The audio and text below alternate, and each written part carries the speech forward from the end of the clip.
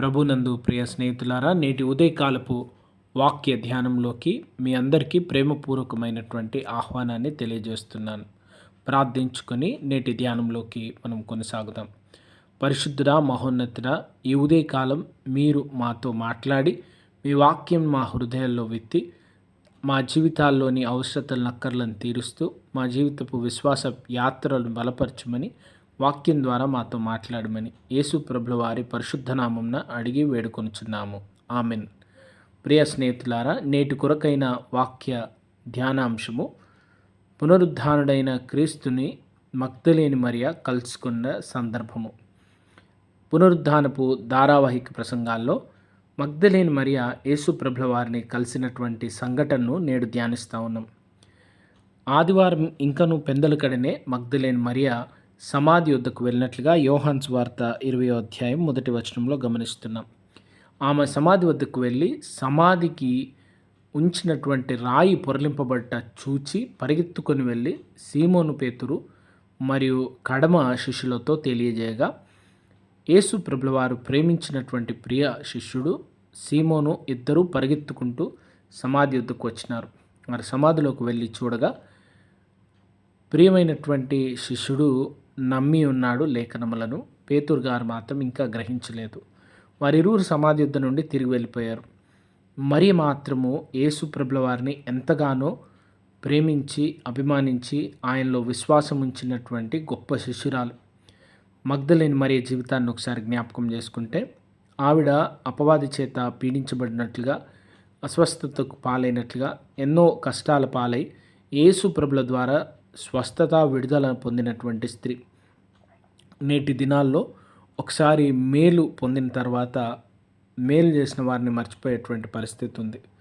ఆ మేలు జ్ఞాపకం ఉంచుకోవడం కూడా చాలా అరుదుగా జరుగుతూ ఉంది. కానీ యేసు ప్రభుల వారు మాత్రం తాను ప్రేమించినటువంటి ప్రియ శిష్యుల్లో బలమైనటువంటి కార్యాలు, రూపాంతర అనుభవాల్ని తీసుకుని రాగా అనేకులు అవి వారి హృదయాల్లో నాటుకొని పోయి ఉండగా యేసు ప్రభుల వారిని హత్తుకొని వెంబడిస్తూ నడుస్తున్నట్లుగా చూస్తూ ఉన్నాం.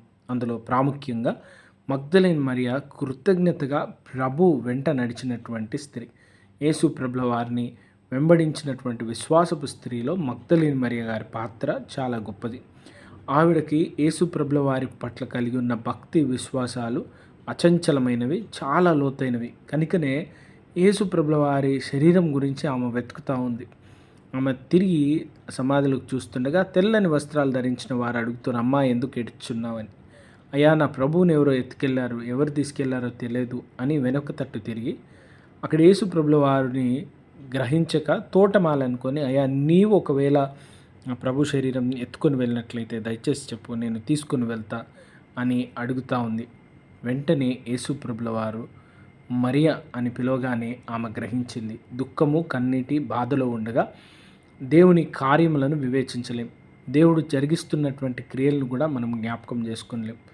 మనము దుఃఖము, భయము, వేదన వీటిని విడిచిపెడితే తప్ప యేసు ప్రభుల వారు జరిగించే కార్యాలను విశ్లేషించలేం.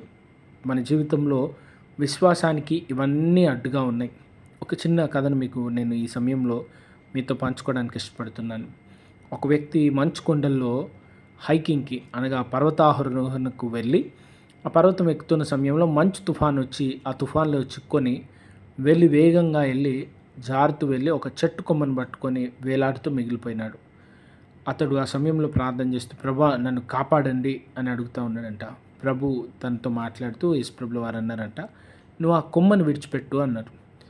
అతడు అనుకుంటా ఉన్నాడు, ప్రభా నన్ను నేల మీదకి ఎత్తుకొని వెళ్ళడము, లేదా నన్ను ఇంకెవరితోనన్నా పంపించడము, ఏదన్నా తాడిచ్చి లాగడము, ఈ విధంగా ఏదన్నా చేయాలని కోరుకుంటుండగా మీరు కొమ్మను వదిలేయమనడం బాలేదు అని మరలా అడుగుతూ ఉన్నాడు. సమాధానం అదే, ఆ కొమ్మని విడిచిపెట్టు అని.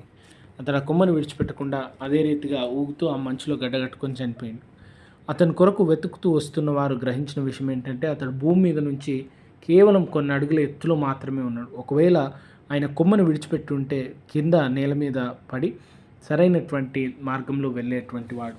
దుఃఖము, బాధ, కష్టము, భయము ఇవన్నీ విశ్వాస జీవితానికి అడ్డంకి. విశ్వాసంలో గ్రహించలేనటువంటి స్థితి. మగ్దలేని మరియ కూడా యేసు ప్రభుల వారిని గుర్తించలేకపోయింది. కారణం ఒకటి దుఃఖం కూడా కావచ్చు. తను ఉన్నటువంటి బాధ, తనున్నటువంటి స్థితి కావచ్చు. ఈనాడు అనేక విశ్వాసుల్లో ఇదే పరిస్థితి. రెండవ ప్రాముఖ్యమైనటువంటి విషయము, మరియ గారిని యేసుప్రభుల వారి పాదాలు పట్టుకొని అక్కడే ఉండకుండా, నీవు వెళ్ళి ఇదిగో నా సహోదరులతో, శిష్యులతో నేను గలిలయలో మిమ్మల్ని కలుసుకుంటా అని, మీరు అక్కడికి రండి అని యేసుప్రభుల వారి పునరుద్ధాన సువార్తను ప్రకటించమని మరియను పంపిస్తూ ఉన్నాడు. మరియ ఆగిపోకూడదు. మరియలో ఉన్న విశ్వాసం, మరియలో ఉన్నటువంటి పట్టుదల అనేకులకు క్రీస్తు సువార్తను ప్రకటించడానికి కొనసాగిపోవాలి. కనుక ఆమె నిలిచి ఉండకూడదు, కానీ సాగిపోవాలని, ఆమె జీవితంలో మరొక నూతన దర్శనాన్ని దయచేస్తూ, మరొక నూతనమైనటువంటి మార్గాన్ని తెలియజేస్తూ మరియను ప్రోత్సాహపరుస్తూ ప్రభుల వారి ముందుకు నడిపిస్తూ ఉన్నారు. ఈ రెండు ప్రాముఖ్యమైన విషయాలను జ్ఞాపకం చేసుకుంటున్నాం. ఈ దినాన మరియలో ఉన్నటువంటి గొప్ప కృతజ్ఞత గల జీవితం, తన జీవితాన్ని ప్రభు మార్చినాడు కనుక ఆ ప్రభువును విడిచిపెట్టకుండా వెంబడిస్తున్నటువంటి మరియను మనం జ్ఞాపకం చేసుకుంటున్నాం.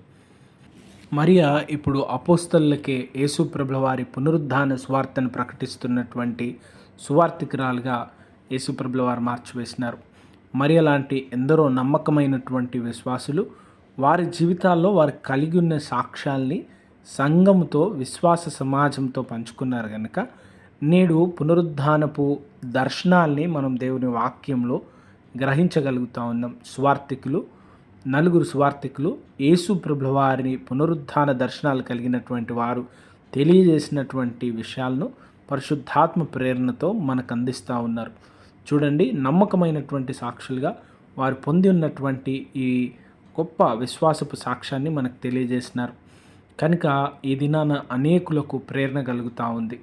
నేడు కూడా మనము రక్షింపబడినాక మన సాక్ష్యం అనేకులకు ప్రేరణగా ఉండడానికి మనం దేవుని సన్నిధిలో, దేవుని బిడ్డలతో వాటిని పంచుకుంటూ అనేకులను విశ్వాస పరిచయలో బలపరుస్తూ నడిపించాలి.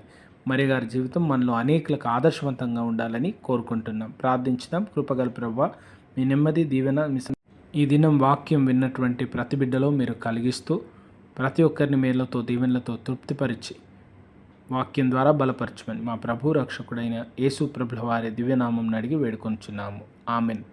Good morning. Have a good day.